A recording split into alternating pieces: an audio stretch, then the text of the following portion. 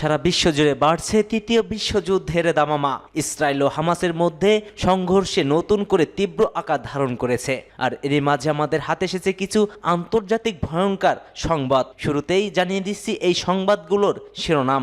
এবার ইসরায়েলের বিরুদ্ধে 10 দিনে 13টি সামরিক অভিযান চালিয়েছে হুতি গোষ্ঠী। আরও থাকছে পাকিস্তানের 444 সন্ত্রাসী হামলা, নিরাপত্তা বাহিনীর 685 সদস্যই নিহত। আইএসকে নির্মূল করার মোক্ষম সময় এখন, বলছে এরদোয়ান। একই সঙ্গে জানিয়ে দিচ্ছি ভারতের ছাত্র ও পুলিশের মধ্যে সংঘর্ষ। আরও জানিয়ে দেব ট্রাম্প মার্কসের বন্ধুত্বের চির, ভারতীয়দের অভিবাসন নীতি নিয়ে দ্বন্দ্বে তুঙ্গে। এতক্ষণ শুনছিলেন সংবাদ শিরোনাম, এবার বিস্তারিত। তবে তার আগে কে কোথা থেকে আমাদের ভিডিওটি দেখছেন ও শুনছেন জানিয়ে দিন কমেন্ট সেকশনে। একই সঙ্গে কমেন্ট করে জানিয়ে দিন আপনার মূল্যবান মতামতটি। আর ভিডিওটি যদি ভালো লাগে অবশ্যই একটি লাইক করবেন, চ্যানেলটি সাবস্ক্রাইব করার অনুরোধ রইল।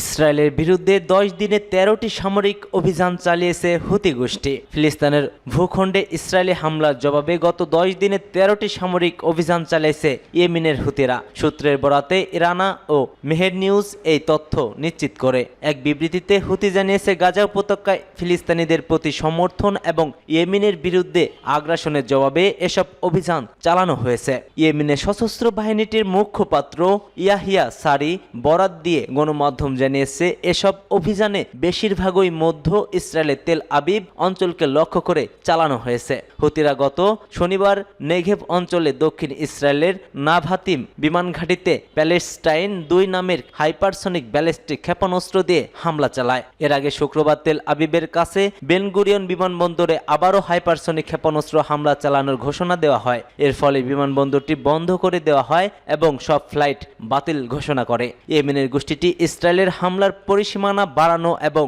তেল আবিবের যে কোনো উত্তেজনা বৃদ্ধির পাল্টা ব্যবস্থায় হুঁশিয়ারিও দিয়েছে। পাকিস্তানে 444 সন্ত্রাসী হামলা, নিরাপত্তা বাহিনীর 685 সদস্য নিহত। নিরাপত্তা বাহিনী ও নাগরিকদের জন্য গত এক দশকের মধ্যে 2024 সাল পাকিস্তানের জন্য সবচাইতে প্রাণঘাতী বছর। দেশটিতে এক বছরে 444টি সন্ত্রাসী হামলার ঘটনা ঘটেছে। এতে দেশটির নিরাপত্তা বাহিনীর অন্তত 685 জন সদস্য নিহত হয়েছেন। পাকিস্তানের প্রভাবশালী পত্রিকা ডনের এক প্রতিবেদনে এই তথ্য উঠে এসেছে। প্রতিবেদনে বলা হয়েছে এবছর হামলায় পাকিস্তানের বেসামরিক ও নিরাপত্তা বাহিনীর সদস্য সহ 1512 জনের প্রাণহানি ঘটেছে। এটি গত এক দশকের মধ্যে দেশটির সর্বোচ্চ। প্রতিদিন দেশটিতে অন্তত 9 জন নিহত হয়েছেন। সবচেয়ে বেশি প্রাণ হারিয়েছে নভেম্বর মাসে। পাকিস্তানের খাইবার পাখতুনখায় বেশি হামলা ও সংঘাতের ঘটনা ঘটেছে। Centre for research and security studies তাদের বার্ষিক প্রতিবেদনে বলছে 2024 সালে সংঘাত সংশ্লিষ্ট 2546 জনের প্রাণ হারিয়েছে। আহত হয়েছে 2267 জন। এদের মধ্যে বেসামরিক নিরাপত্তা বাহিনীর সদস্যরাও রয়েছে। আইএসকে নির্মূল করার মোক্ষম সময় এখন, বলছে এরদোয়ান। সিরিয়ার বিপ্লবী পরবর্তী সময়কে আন্তর্জাতিক উগ্রবাদী গোষ্ঠী ইসলামিক স্টেট এবং বিচ্ছিন্নবাদী কুর্দি সশস্ত্র গোষ্ঠী পিকেকে মূল্য দেওয়ার জন্য নির্মূল করার উপযুক্ত সময় বলে মন্তব্য করেছেন তুর্কির প্রেসিডেন্ট রজব তায়েব এরদোগান। তিনি বলছেন দায়েশ, আইএস, পিকেকে এবং তাদের সহযোগী যারা সিরিয়ার অস্তিত্বকে হুমকির মুখে ফেলেছিল তাদেরকে অবশ্যই নির্মূল করা উচিত এবং এখনোই এই কাজ করা আমাদের আদর্শ সময়। বিশ্বের উন্নয়নশীল 8 দেশের জোট D8 এর সম্মেলনে যোগ দিতে কায়রোয় গিয়েছিলেন এরদোগান। আজ সম্মেলন শেষে আঙ্কার ফ্লাইট ধরেন তিনি। সম্মেলন শেষ হওয়ার পর উপস্থিত সাংবাদিকদের প্রশ্নের উত্তরে তিনি এসব কথা জানিয়েছেন। খবর AFP'র। ভারতে ছাত্র জনতা ও পুলিশের মধ্যে সংঘর্ষ।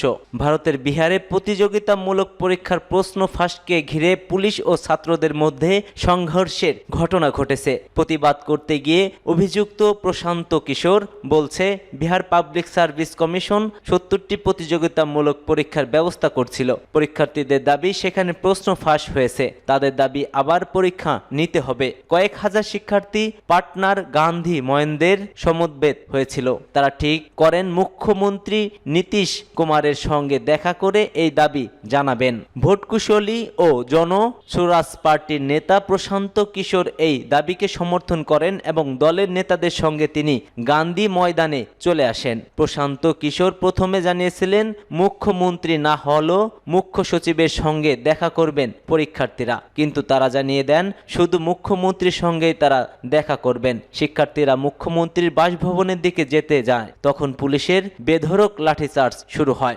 জলকামান ব্যবহার করে, ছাত্রদের ছত্রভঙ্গ করে পুলিশ। সামাজিক মাধ্যমে পোস্ট করা ভিডিওতে দেখা গেছে পুলিশ শিক্ষার্থীদের মাটিতে ফেলে পিটাচ্ছে। পরে পুলিশ প্রশান্ত কিশোর কয়েকটি কোচিং সেন্টারের মালিক সহ 21 জনের বিরুদ্ধে মামলা করা হয়েছে। এছাড়া কারো নাম উল্লেখ না করে 7 জনের বিরুদ্ধে মামলা দায়ের করেছে পুলিশ। বেআইনি জামায়াত, উস্কানি দেওয়া, আইন শৃঙ্খলা ভঙ্গ, বিশৃঙ্খলা তৈরির অভিযোগে তাদের বিরুদ্ধে মামলা করা হয়েছে। এই ঘটনাকে ঘিরে এখন ভারতে উত্তেজনা বিরাজ করছে।